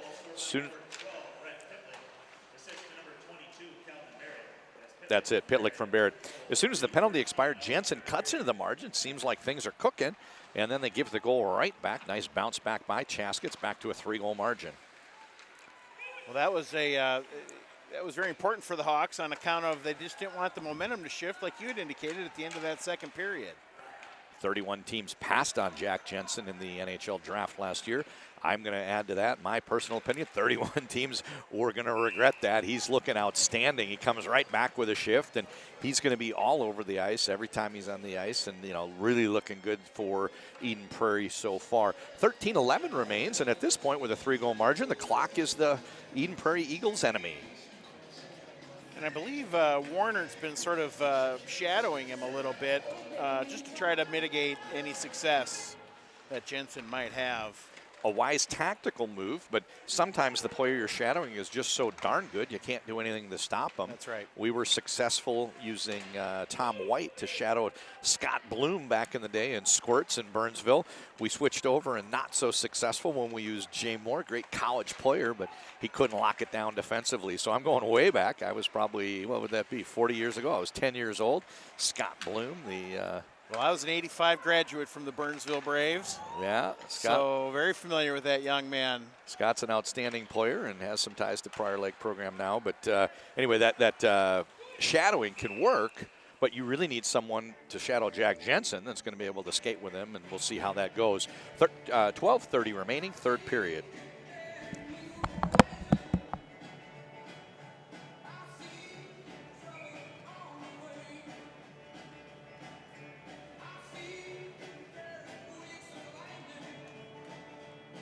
All right, so we have a face-off outside the Hawks zone. Warner takes it and wins it for the Hawks. Draws it back. Barrett plays catch with his D partner. Gives it up, though, at the blue line. In come the Prairie Eagles, but that's given up, and now it's out at center ice. The Eagles are trying to center the puck. The defense is able to pick it up. The flop pass just doesn't connect, and it's an icing against the Hawks. It's a pretty good idea. You try to spring one of the fastest men that I've seen on two skates, Rhett Pitlick. Rhett, of course, going to the U of M as well, and I think he's faster than his brother, frankly, Rhett Pitlick. I don't know if that's true or not. I want him to have a race. Line him up. That's right. All right, so Greg, one of the things I usually do in period two, usually do it toward the end of the second period. Oh, big backhand shot here. Scoring chance down low from Jensen. Another save by Stark. He gets the cover.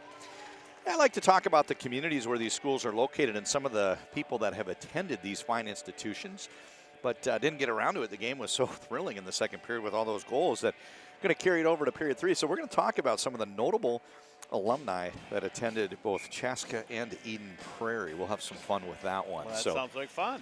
You know, if you've seen me do the Chaska games, the Eden Prairie games last year, you've heard these before, but really I do it for the benefit of people that may not be familiar with the communities. I will say, when I get to Edina, people in Edina have no idea what these people have done. Some of the most cool stuff. It's a long list, too. Well, it's amazing. And I do it non-sports, right? I don't care about the sports. Okay. We're talking about people that went to these schools. I'll tell you something at break. I'll pop out tonight during the Edina Moorhead game, and it will blow your mind. Edina grad, I had no idea, and I went to Edina. Oh, you did? Yeah, surveying the situation, spinning around is John. John eventually gets the puck over to Smith. Smith's centering pass doesn't connect, however, and puck is popped out to the neutral zone. Laval can't quite get there in time, and here comes Pejor. Pejor, short pass, plays this one onto the stick of Rudrud with a shot. Smith tries to bang this one off the goaltender, and a lot of spirit here, a lot of spirit coming out. You see how hard the Eden Prairie kids are skating and holding on the forecheck, and I think that's the operative plan in the third. There you go. Is we have that's what to we were pressure. Looking for. And Smith was camped out right in front there, and if Stark would have given up a rebound, a little whiff there. Laval semi-breakaway. He's getting cut off here by Scholes, and this one goes just wide. Lavelle's got some great speed too. He's a Wisconsin commit. I saw the Wisconsin contingency out at the Rosemont game. The Osikis were there watching Lavelle play. So those squirt teams we couldn't beat, we beat them one time. Mark Osiki was on the team with Scott Bloom, so I remember it well. So back to the action here. 10-10 to go, third period. 6-3 is your score. And breakout opportunity here for Batchelder. They wind up getting it over to Luke. A couple players from last year's Bantam team connecting, and it's played over to the stick of Wilhite. Wilhite chips it down deep. Nice pass out front and a spin move. He tries to return the favor. Maybe tried one to get too many. Well, at some point you have to shoot, and Jensen and Batchelder were trying to connect there, and we see the lines maybe a little bit out of sync here. We're probably leaning a little bit harder maybe on Mr. Jensen. So he's out with some different lineys, but you know, they're trying some combinations here. Jensen goes off very, very tired, but you know, I do think if he shot earlier, the goaltender was in position. Had that last pass connected, there was a wide open goal mouth to fire it into. Kester on the stretch pass out to Pitlick. Pitlick, he gains the zone. You can see Warner was trying to tag up, and that big long leg. I don't know if that makes it easier or harder to tag up when you're as tall as Blaine Warner. Well, and he blocked his own man out. Working the other direction. This is John. John gains the red line, cuts in, brings it to his forehand, spins, takes a shot, saved by Stark. Am I allowed to use that guitar solo reference? Of course, anytime, Excellent. anytime. So, all right. So solo. Chaska. Yeah. He's an actor. He was in the movie Little Big League. Little Big League had some scenes filmed in Edina, I know, and St. Louis Park and areas around there. Little Big League's a story that's fictional, but very similar to. It's very similar to Carl Pohlad giving the team to his grandson. So the premise is the twins are given to this boy, and he makes himself the general manager. Actor Tony Denman is from Chaska. I didn't know that. All right, congressman. I think he lost an election. Eric Paulson. Yes. Chaska. He just lost. And the last one, there's a forensic geologist. Big shot here from Jensen. How's he back on the ice? He just hopped off dead Not tired. very long. Plug him in and send him back out. It's a nice pass here to Jensen. He picks up the pass from Luke, and out at the neutral zone. Good play here. Laval and the others hounding those Eagle players through neutral. They do gain the zone, however. Take it over to Wilhite. Wilhite shot steered aside by Stark down to the end wall. Pass doesn't connect, and it's Benz bringing it out to the neutral. Laval goes off for the line shift, so Ben's kind of on his own. Gains the red line, dumps it in, chip and chase, and behind the goal, it's played by Boas. We're down below the half period mark, 8 minutes to go in this game, and turned over. Nice scoring chance here. Thought it was McDonald, but it's actually 28 Barry. So, Greg, the clock is clearly your friend if you're following the Chaska Hawks. And you can tell Dave Snuggerud's rolling actually the full line contingency here, whereas I think Eden Prairie has shortened their bench a bit. So a little bit fresher legs perhaps for the purple and gold. Easy to play with the lead if you've got a fair amount of depth. You fall behind and it can be very difficult. Johnny on the spot is Smith. Smith's shot goes just wide. Kept it at the point, however. This one's looking for a tip. Shot came from Argetsinger on the blue line and got tipped just wide. Jensen, a lot of traffic out front. Jensen tries to play it over to Argetsinger, but he's hounded nicely. Kind of man marking him, I guess is the right word. Barry was checking on him nicely, and shot comes off the stick of Pager. He's down to the end wall, and we've got Jensen has gone back off. Let's get the stopwatch out and see how quickly they roll him back out. They plug him into They plug him into the recharge unit and put on that oxygen mask and pump him full of orange slices, and we'll get Jack Jensen right back out here. They trail 6-3 with 6 minutes and 50 seconds to go. So the last Chaska graduate that I want to mention, there's a forensic geologist that I guess was distinguished in his field. There's some television show called America Unearthed. I'm not familiar with it. Scott Wolter. Well, there are a lot of Wolters in town, that is for sure. That's a prominent name. In fact, I believe we had a mayor, a Wolter. All right, so there you go. Scott Wolter, America Unearthed. He's a forensic geologist by training. Evidently made that interesting and had some type of show, maybe a podcast. I don't know. I pulled this stuff off of Wikipedia. Eric Paulson, a congressman, and Tony Denman, an actor that appeared in Fargo and Little Big League. On the other side, Eden Prairie, there is a TV show I'm not familiar with called Longmire, and the character that plays the Ferg is Adam Bartley from Eden Prairie. And then the other one, here's one for you, Robert Remus. That name may not mean much to you, but Robert Remus is more widely known. Oh, it's a point-blank scoring chance here down low from Batchelder. And a couple big saves by Stark. Robert Remus is known by his ring name, Sergeant Slaughter from Eden Prairie. So back to the action here. Little fun facts about the two schools we're watching. Kept in at the point by the younger Langefels. That is Cameron. He's a sophomore. My apologies. I speculated a little bit earlier. I saw they were leaning on Langefels for some serious minutes. Assumed it was the senior. I guess he's injured, and we're using Cameron here off of last year's Bantam team. Big shot and a save by Stark. I'm really impressed with Stark's ability to maintain these first shots. He's not giving up rebounds per se. Eden Prairie definitely is crashing the net, but you know, frankly, he's not giving up very many second chances, and so they're unable to really bang it away. I think a lot of the goals that Chaska has scored, a few of them anyway, a few of the 6 have been on these juicy rebounds, if you will. So I'm going to put you on the spot here, Greg. When the game ends, we're going to talk very briefly and have you maybe nominate some players as the tournament winds down. We're going to have 12 games over 3 days with 8 teams. That's about 200, 250 players. Want you to maybe nominate some that could be considered for an all-tournament mention at the end. And obviously with a hat trick thus far, Kester for Chaska comes to mind. 2 goals the other direction, Jack Jensen comes to mind. But, you know, maybe get your thoughts on them and some others when we get done. 5:30 to go in this game. Shots are evening out here. Eagles 26, 25 for Chaska. Always tells part of the story, but not the whole story. Olmscheid enters the zone. And well, I definitely think that Eden Prairie has certainly turned it up a little bit, turned up the heat, and they've caught up and surpassed now in the shots on goal, whereas they've been kind of lagging in that for most of the game. So it tells part of the story. I know Tony Scott from Youth Hockey Hub says, well, you had to, you know, you were behind, you're going to take more shots. The other thing is when you're scoring right away, and at times it seemed like Chaska was scoring often, you don't tack up a lot of shots. You know, a lot of shots is a lot of zone time, a lot of pressure, you know, and continuing to shoot. And they had a lot of things where as soon as there was a glimmer of hope, they buried it, and as a result, the shot count doesn't run up like the goal count does. Nonetheless, they lead 6-3, 4:44 remaining in this one in front of the benches. Taking it out to the neutral zone is Barry. Barry gains the red, chip and chase. He goes off for the line change, as do 3 of his teammates. Barrett's the only one that stays out, 80% of a line change, bringing out those fresh legs like you mentioned. Redrood tries to dangle, but a nice defensive play here, broken up by Erickson. Behind the goal, Barrett plays it over to McDonald.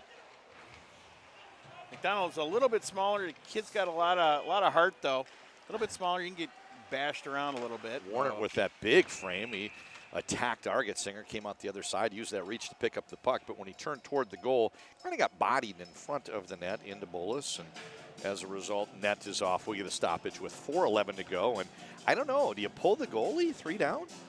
Well, you know, you tell me about the tournament rules. Are there points for goals at all? Goals against? Does it figure into the?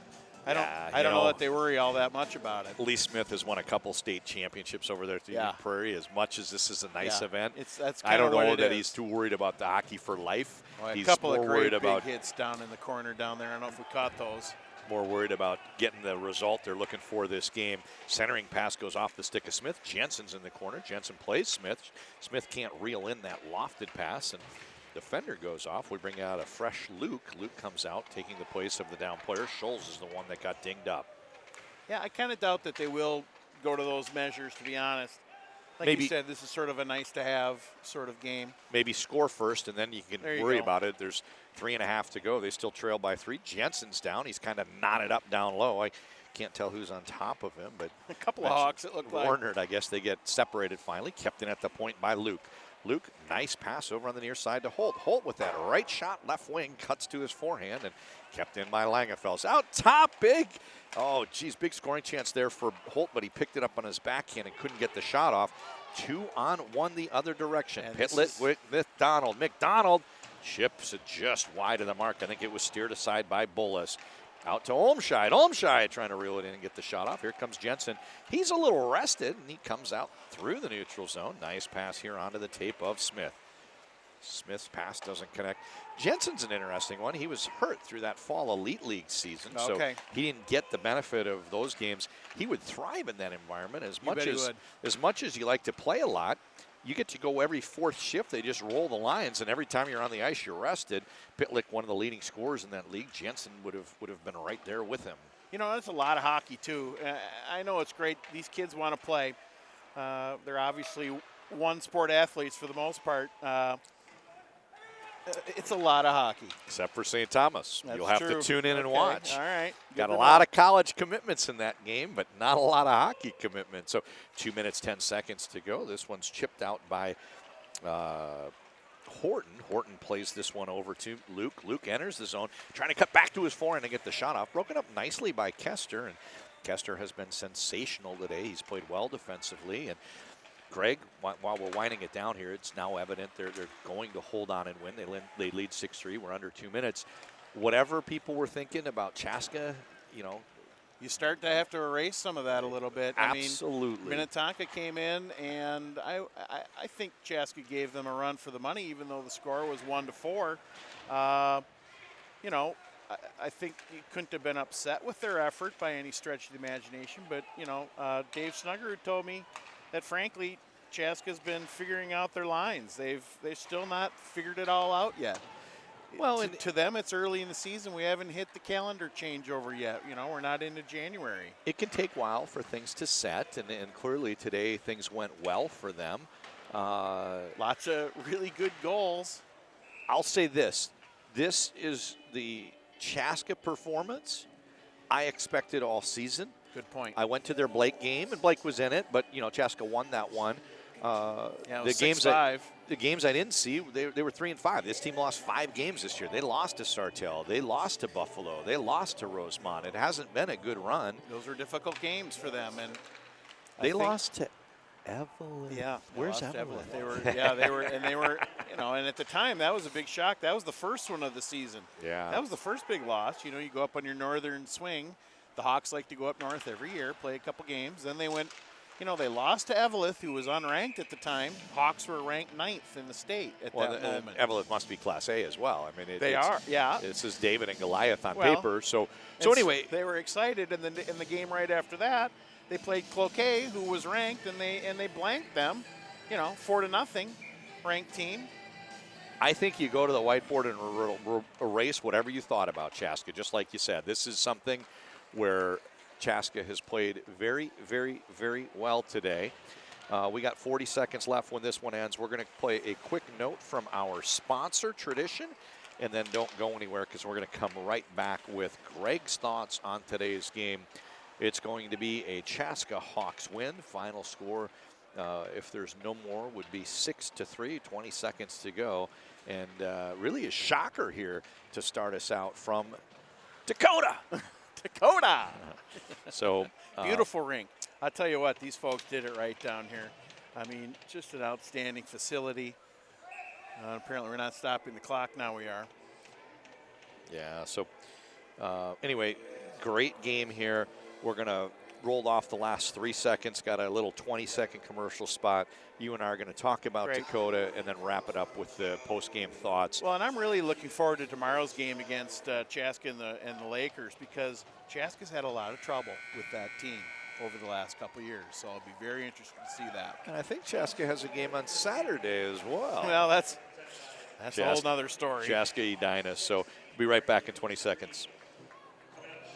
Tradition Companies is your one-stop shop for all your home and financing needs.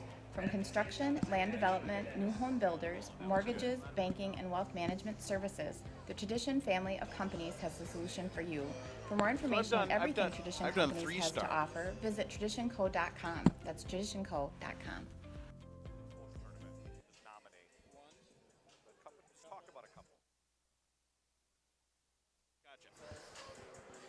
All right, so Greg, we've been laughing about it, and every time I see it, I look at Dakota with an exclamation point, and I'm wondering, I want to say it fun. I want to be like, Dakota, like it's like this fun place, right?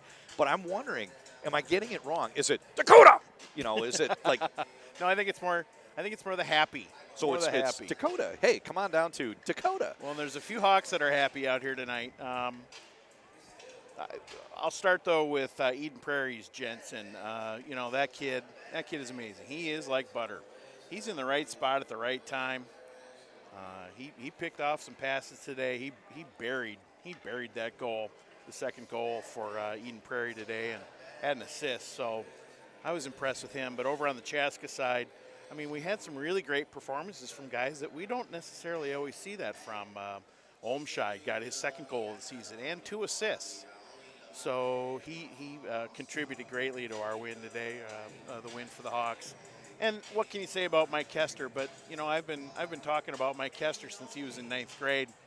Came onto the scene out of nowhere in Chaska, and it's been an exciting run. And he just topped it off today with a hat trick. So Mike Kester for sure. Did you just offend the people from Marshall? It's a distinct possibility. I didn't mean nowhere. Well, and I've been to Marshall a lot. I love that town. Oh, my goodness. Great ice cream and great pizza made in that town. Yeah, so anyway, they're talking on the ice. They've grabbed one of the players and doing a little interview from Youth Hockey Hub. It is Mike Kester. He was outstanding today. 3 goals, no assists. Also, Olmscheid, 1 goal, 2 assists. Flipping it over on the other side, I think, you know, when you just look at big themes here, Eden Prairie, you know, nobody on Chaska was able to solve the Jack Jensen riddle. He's a phenomenal player. He could be the best player in Minnesota. This kid is just a beast. And I mentioned perhaps earlier, you just minimize him as best you can, which and let the rest of the team beat you. They didn't do that either, right? 2 goals, 1 assist. So the latter part of what you said is exactly what happened. Kind of bend, don't break. You let the rest of the team beat you. Those super softs were kept quiet here. Holt, no points. Batchelder, no points. Luke, no points. And then Junior John enters the game, 6 goals, 12 assists, 18 points. John doesn't get his name on the game sheet either. That's right. So that's really the difference in a big theme here. We see Chaska moving on to tomorrow's game. They're squared up with Prairie Lake, and then they play Edina. And I'm going to the locker room and like, bring on Edina. That's how well they played. If I'm on Chaska and I'm on the bench right now, bring on Edina. They're looking forward to those 2 games. Eden Prairie, Coach Lee Smith back to the drawing board. They play a very game Moorhead Spuds team tomorrow.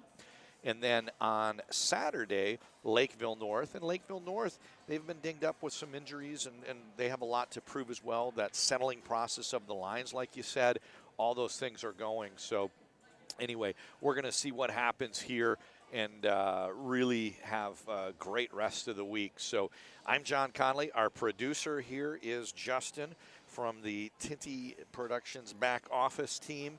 And for Youth Hockey Hub, signing off, Greg. Thanks so much for having me today. We got you tomorrow too. So on loan from the Chaska Broadcast Network, it's been my privilege to work alongside Greg Erickson, folks. We're going to be right back in about 45 minutes with Game 2. Come back and check it out. St. Thomas versus Stillwater. Guest analyst for that one is Wilson Housley. Wilson Housley coming in to take over for Greg. Want to thank everybody for watching. See ya.